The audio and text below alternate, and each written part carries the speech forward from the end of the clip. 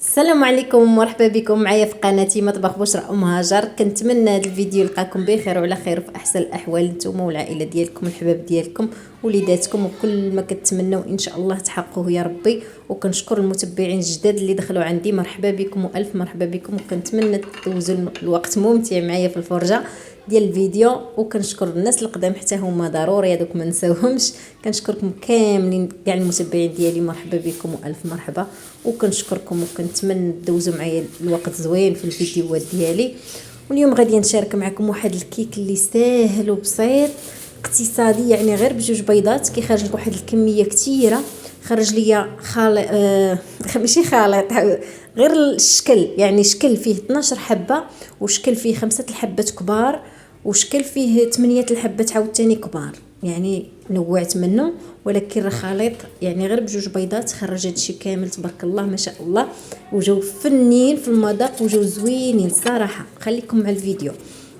وغندير معكم الحريره حتى هي اللي كتجي زوينه وكتجي فنه، ما نقولش لكم يعني جات فنه والطريقه ديالها يعني راس سر من الاسرار ديال الحريره اللي غادي نعطيكم. الصراحه راه كتجي بنينه، ما فيها لا لحم لا بيض. كاين اللي كيدير البيض في الحريره، انا ما كنديروش، وما فيها لا لحم لا حتى شي حاجه، راه كتجي فنه. وخليكم مع الفيديو ندوز للطريقه ديال التحضير.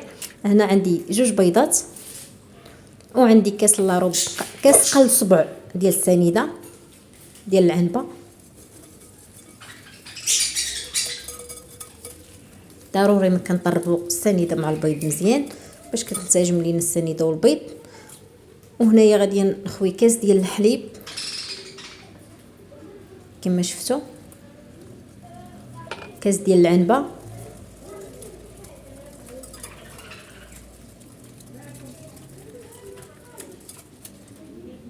وعندي كاس الا ربع ديال الزيت، واحد القبيصه ديال الملحه لتصحيح الذوق. الصراحه راه جات فنه، ما نقولش لكم غير جربوا راه غادي تعجبكم وكتخرج واحد الكميه اللي زوينه الصراحه.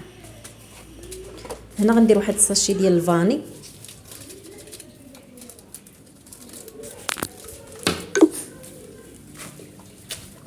وعندي جوج خمارات انا حليتهم حتى نديرهم مع الدقيق. وغندير الكاس الاول ديال الدقيق، وغندير الكاس الثاني بالتدريج على حسب. المهم غادا ديري جوج كيسان.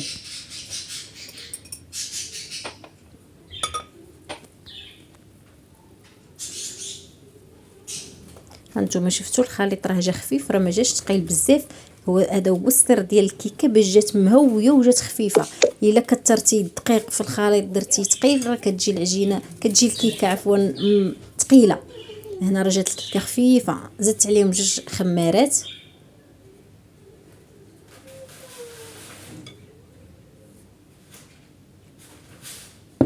صافي هنايا جبت دوك ديال الكيك اللي غادي نستعمل، دهنتهم بالزبده ورشيتهم بالدقيق، وغادي نفرغ فيهم هنايا معلقه. بالمعلقه بغيتو ديروا الجيب الحلواني باش يسهل عليكم ديروه من الاحسن. انا درت غير بالمعلقه. كديري معلقه وكتزيدي واحد شويه، يعني معلقه الا عمرتيها مزيان صافي، الا ما عامراش بزاف زيدي عليها شويه. وهنايا غادي ندخل هادو الفران وغادي ندير الشكل الاخر. وهنايا انا جبت هذه ديال البانكيك، هي دهنتها بالزبده. انا دهنت غير 6، كيسحب لي واش ما غاديش تقدني في 12، ولكن جاوني 12 الصراحه. جات هي هذيك عاد باش غادي ندهن هذوك 6 اللي باقين ونكمل فيهم.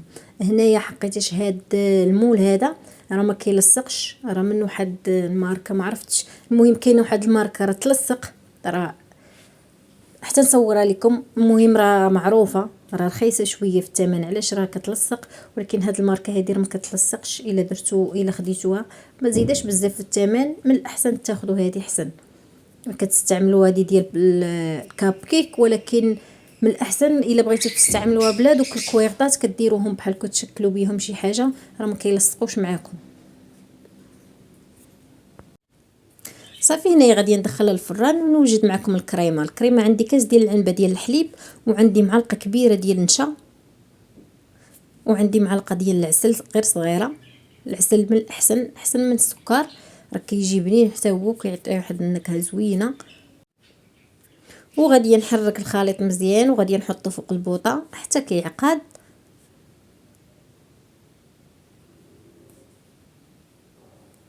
الصراحه كتجي هاد الكريمه فنه ما نقولش لكم، واللي ذاقها غادي تعجبو وغيسولكم على المقادير. الصراحه كتجي زوينه هاد الكيك مع هاد الكريمه. وصافي غادي نحط الخليط فوق البوطه حتى يعقد. من بعد هنايا ما عقد، شوفوا كيفاش عقد ليا الخليط. عندكم النكهه ديال الحامض غادي نديروها، ما عندكمش كتعصري نص حامضه وكتزيديه حتى الاخر، ما كديريش في الاول باش ما يتقلى. درتيه في الاول راه غيتقطع لك الحليب وغادي يخسر لك الخليط، ما غاديش يجي الكريمه هي هذيك. انا هنا درت غير النكهه ديال الحامض. من الاحسن تاخذوا النكهه وتبقى عندكم كتستعملوه في اي حاجه بغيتو، راه كتعطي واحد البنه زوينه الصراحه، وكتعطي حتى اللون. راه تبدلت اللون ديال الكيك ديال الكريمه عفوا. وهنايا كما شفتوا طاب معايا الكيك. شوفوا اللون كيفاش جا، اللون متوحد وجا زوين الصراحه ما نقولش لكم. تمنيت تذوقوهم وغادي تردوا عليا، راه غادي يعجبكم بزاف. وصافي هنايا هادو حتى هما ديال البانكيك حتى هما جاو زوينين. الشكل ديالهم يعني جا متساوي مع القالب ديال الكيك. وشوفوا الشكل كيفاش جا وخفيف، ما نقولش لكم راه جا الكيك ديالهم خفاف فنين، يعني جاو بواحد الطريقه زوينين ما نقولش لكم. صافي هنايا راه كنبدا نخبط في هذوك المولات باش كيطيح معايا الكيك. الا سبقته لصق يعني شي بلاصه ما كيقيسهاش الزبده ولا شي حاجه راه كتلصق معاكم. كتخبطوه بهذيك الطريقه وكيتحيد. نحيد هذا حتى هو ديال البانكيك، حتى هو اللي جا الشكل ديالو زوين الصراحه.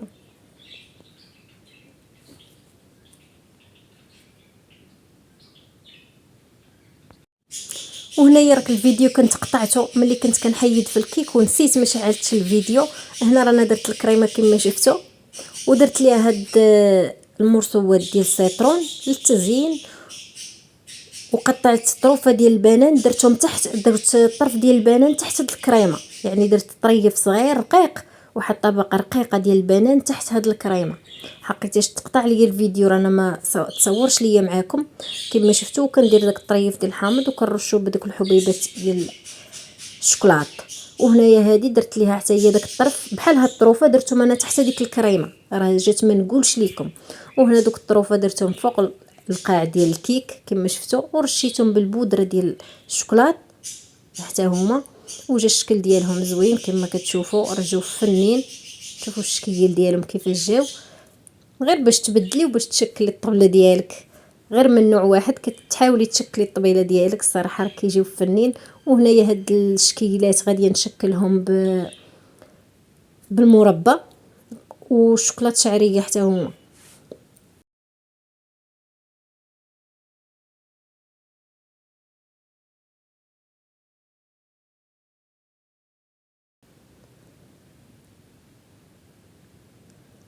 وبالخصوص الوليدات كيحماقوا على الشوكولاط، مشاو ليا لهادو هما الاولين حيت بان لهم فيهم الشوكولاط. الصراحه راه جاو فنين الشكل ديالهم، ولكن المذاق راه ما نقولش لكم نفس المذاق. هادوك غير زايد عليهم المذاق ديال البنان، راه جاو فنين. غير جربوهم وغادي يعجبوكم ويعجبوا اللي ذاقهم عندكم راه يعجبهم. وكيعطيو واحد الكميه تاكلي منهم هذيك الساعه في الفطور وتاكلي منهم في الكوتي، يعني غادي يقدوك على جوج المرات. وهذا الشكل ديالهم. وشوفوا هنايا كيفاش النهايه قربت الكاميرا للكيك باش تبان لكم مزيان. شوفوا كيفاش جاو فنين واللون متوحد. والا دهنتو بالزبده احسن ما دهنوا البنات بالزيت. واخا تحاولوا تاخذوا شي المهم تاخذوا ديك لده ولا اللي بغيتو نتوما تخليوها غير للدهين بحال هكا. الا كنتو كتستعملوا الكيك بزاف ولا المهم كتستعملوه خذوها وخليوها غير للدهين. حقيقه انا ملي كندهن بالزبده كيجيني فرق على ملي كندهن بالزيت. وهذه هي الطريقه اللي وليت كندير. كناخذ واحد اللده وكنخليها غير بحال هكا نستعملها غير للدهين لاطات ولا بحال هكا الكيك. راه كيعطيو واحد اللون واعر كيعاونوا. ما تقولوش غير الكيك اللي عاطي اللون حتى ديك الزبده كتساعد على الحموريه ديال الكيك ولا شي حاجه الا درتيها كتحمر. يعني مسمنه ديال الفران اي حاجه كدهني بالزبده كتعطي واحد اللون زوين ما نقولش لكم. شوفوا كيفاش خفيف كيبان لكم. انا كنضغط على الكيك راه خفيف بزاف، يعني كيجي واحد المذاق ديالو زوين. وتا داك البنان راه عطى زاد في يديك واحد النكهه مختلفه اللي عطى واحد الذوق زوين. كنتمنى تجربوه راه غادي يعجبكم. وما تنسونيش من لايك البنات، لايك كنشكركم فضلا وليس امرا. واللي شافت الفيديو عجبها تبارطاجيه مع الاهل والاحباب والاصدقاء باش تعم الفائده. وراه كنبغيكم وكنحمق عليكم، وكل ما شفت مشاهدات اكثر كنزيد نعطي اكثر، وكل ما شفت تعاليق اكثر ومشتركين اكثر كنزيد انا نفرح. الصراحه كتفرحوني، الله يفرحكم ويجعل لكم كاع الاحلام ديالكم تحقق ان شاء الله. وندوزو للحريره اللي غاديه تعجبكم حتى هي. وهنا الحريره المغربيه يا اختي اللي معروفه وجاي وقتها، الله يدخلوا علينا بالصحه والسلامه ان شاء الله سيدنا رمضان. وهنا يا اختي طحنت المطيشه، انا راه كنطيبها عاده باش كنطحنها. ورانا صورت لواحد الفيديو كيفاش غادي تحتفظوا بالمطيشه في القراعي الوقت اللي بغيتو. هنا راه درت واحد الكميه ديال المطيشه حيتاش ما عبرتش الصراحه، عندي مطحونه غير خويت، وعندي زلافه ديال الحمص ونص زلافه ديال العدس اللي رقدتها من قبل في الماء باش ما كتفسخش لكم القشره عليها من طبيعه الحال. وعندي القزبر، عندي عاود الافول الكرافس، ربطه ديال الكرافس اللي داك الجذور ديالها قطعتهم عراض شويه باش كتسبي كيفاش كيتنضغوا الصراحه. والربيع ديالها رانا قطعته شويه غليظ ولكن رققته ماشي بحال الجذوره. وهنا عندي بصله محكوكه اللي طحنتها في الهانشوار، كتحكيها ولا كطحنيها في الهانشوار، واخا تقطعيها تقطع ماشي مشكل، تقطعها غير دقيقه. الصراحه راه كتجي الحريره بنينه، ديال الحريره ديالي انا اللي صراحه كتجي زوينه. وعندي هنا الشعريه غادي نخليها من بعد حتى كطيب ليا الحريره عاد باش كندير الشعريه. صافي هنايا غادي ندير واحد 2 معالق ديال الخرقوم، وغندير شويه ديال السكينجبير بحسب معلقه صغيره ديال السكينجبير، وواحد المعلقه كبيره ديال التحميره. انا كتعجبني الحريره تكون حمراء، ما عزيزش عليا الحريره تكون صفراء. وهنايا عندي شويه ديال البزار،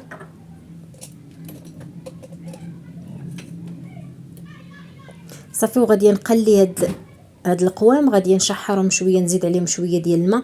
هانتوما كيفاش دايرين صراحه راه كيجيو بنان. هذيك القليه اللي كتقلي فيها القطنيات ديال الحريره راه كيعطيو واحد البنه، ماشي فرق بين كتخلطي كلشي وكطيبي. وهنا رانا نسيت الملح والزيت، عاد باش درت الملح وزدت الزيت. صافي غادي نخلط الدقيق اللي باش غادي ندورها. درت هنا زلافه ديال الماء، وغادي ندير الدقيق اللي غادي يكفاني، وغادي نطحنو في الهاشوار باش ما كيبقاش اما ديروا له الطريقه هذه، اما ديروا في شي قرعه ديال الكوفيتير وكتخلطوه مزيان باش ما كيبقاوش مكتل معكم، وكيجدو باش ما يجيوش دوك الحبيبات في الحريره. من الاحسن طحنوه بحال هكا في الهاشوار ولا تخلطوه في قرعه ديال الكوفيتير.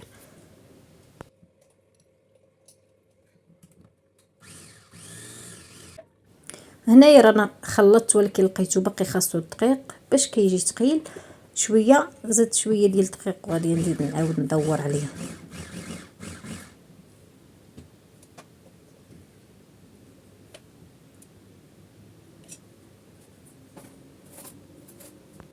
وغادي نوريكم بحال هكا القوام ديالو كيفاش كيجي، ما تقيلش بزاف وما خفيف بزاف. الا درتوه ثقيل في التدوار كيتلكمت لكم في الحريره، راه ما كيجيش هو هذاك. والا درتوه خفيف عاوتاني ما غاديش يكفاكم فهذا. شوفوا هنايا ملي يعني تشحرت هذيك القامه كيفاش طالعه منها الريحه ديال الكرافس فنه ما نقولش لكم. وهنايا راه طيبت بقراج ديال الماء. هذا القزبر ومعدنوس انا كنخليه حتى الاخر. هنا طيبت بقراج ديال الماء باش رويت صافي، وغادي نسد عليها. والقزبر ومعدنوس والشعريه ومطيشه ديال الحك غادي نخليهم حتى الاخر. وهنايا من بعد ما طابت كما شفتوا عاد باش غادي ندير القزبر ومعدنوس، حتى هما اللي كيعطيو البنه زوينه الصراحه. ملي كطيب وكديريها طيبه كديريهم وهي الحريره طيبه كيعطيو واحد البنه. وغادي نزيد الشعريه بحسب واحد نص كيس، انا ما عنديش معاها الصراحه كثيره في الحريره. ودرت واحد المعلقه ديال المطيشه ديال الحك صافي. وغادي نخليها حتى كتبدا تغلي. ملي كتبدا تغلي عاد باش غادي ندورها. وهنا غنقلب قدامكم الحمص، يعني طاب الحمص والعدس. وديك الطريقه ملي كترقدوا العدس في الماء راه ما كيتفرقش على الجلده ديالو. يعني راكم كتشوفوا طاب، يعني العدس مقاد وخا يطيب مزيان ما كيتفرقش على الجلده ديالو. هذاك اللي ما كترقديش راه كيتفرق الجلده على العدسه، يعني كتجيكم مفرقه. صافي هنا كندور بالطريقه، كنكب شويه وانا كندور باش ما يتجمعش لكم الدقيق لتحت، ما يتلكمتش ولا ما كيفاش كيقولوا ليها ما كيتلك ما كيت ما عرفتش الطريقه الصراحه كيفاش كيقولوا لي ما يتلكتش ولا شنو هو. المهم راك ما عرفتوش شنو بغيت نقول.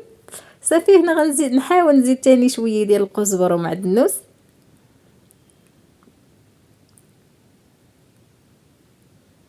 وغادي نخليه عاوتاني واحد 20 دقيقه تقريبا بحال هكاك ديال الطيب.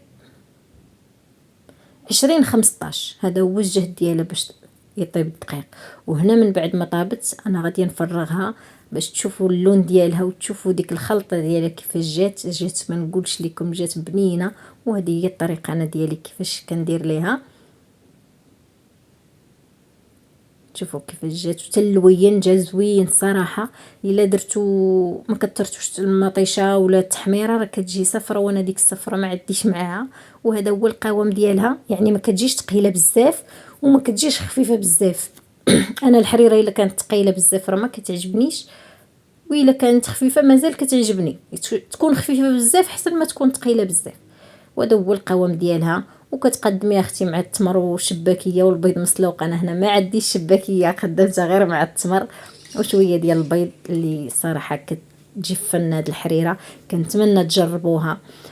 ولا عجبكم هذا الفيديو ما تبخلوش عليا بلايك، واللي ما مشتركاش تشترك وتضغط على الجرس باش دائما توصل بالجديد. وكنقول لكم الله يفرحكم، واللي مريض الله يشافيه. ونتلاقى معكم في الفيديو الماجي ان شاء الله.